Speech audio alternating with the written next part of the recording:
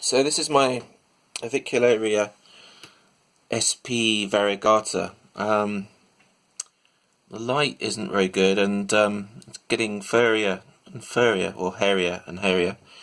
But I had a real scare with it. Had to feed it a bit of water. But it's been about a week, and hopefully we'll have a feed. You have to be very, very gentle.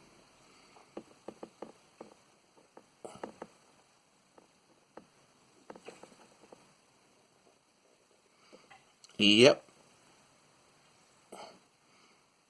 There go. Wait. That's it. It's a shame I can't show you the colours better. It's just not coming out. Oh, there you go. Yeah, so it's not going into focus.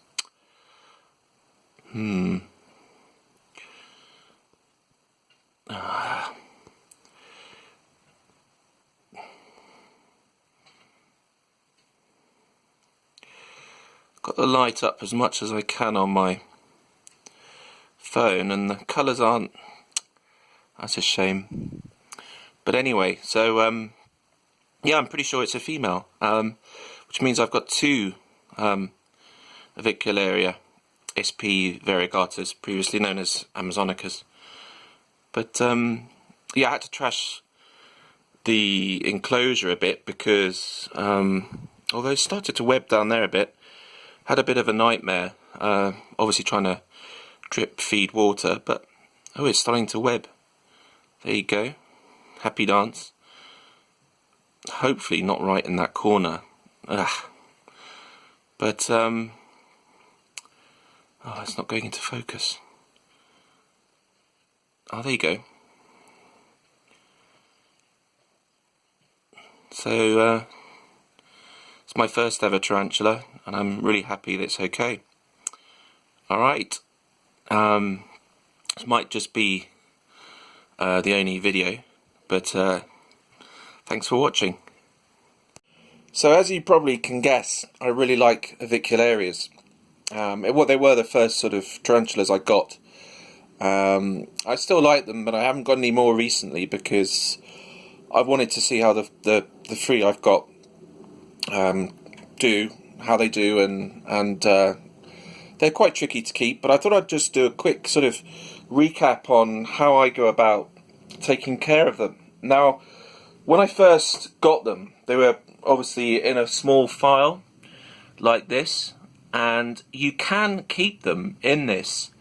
But in this, I've put a little bit of moss, so you'd have a little bit of substrate in there, and you'd probably just moisten this down every so often, and obviously feed them. And then as soon as they're molted, maybe once or twice, I put them in something like this, which is a soup container, and you can see it's got a fair bit of cross ventilation. And I've cut some cork bark and stuck it to the sides. You could actually put something in the corner here, perhaps a bit of another sort of stick or something else in the corner. And then what I would do, and I've got some water dishes down here.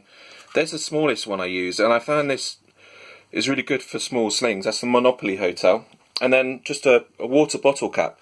And then perhaps what you want to do is glue the water bottle top here, and then, you know, you could put a bit of moss in there as well. And I found that's good for when they're sort of perhaps 4 centimeters, 5 centimeters, maybe a bit smaller. And then once you've got them bigger, so perhaps 2 or 3 molts, I go for something like this. And this is a similar sort of design, but I've perhaps done this a bit better. So bits of cork bark glued to the side, water dish in the corner. You don't need much substrate. I'd perhaps only put a sort of sprinkling at the bottom, and then there's a bit of moss there glued on. And I did this for my Sp Variegata because I was worried that it didn't quite like its current enclosure. Well, I kind of trashed the web, so I had this as backup. I don't actually know whether I'm going to use it, but I thought I'd just show you guys as it's set up and ready to go. And yeah, so that's for the sort of juvenile size, and then after that you want to put them in something like this. But as I've got this one set up, basically what I've done here, this is for my Salmopoeus, so it's going to be slightly different for avicularia. Avicularias, well, won't probably, you could still use this for an avicularia, but I'm going to redesign, I'll do a different design basically for an avicularia. But yes, I've got a plant at the back, cork bark, and I was going to include this wood here, but it's a bit too big, so I'm going to look for something this weekend at the Birmingham Entomological Show. So that's going to be really exciting. I can't wait to go.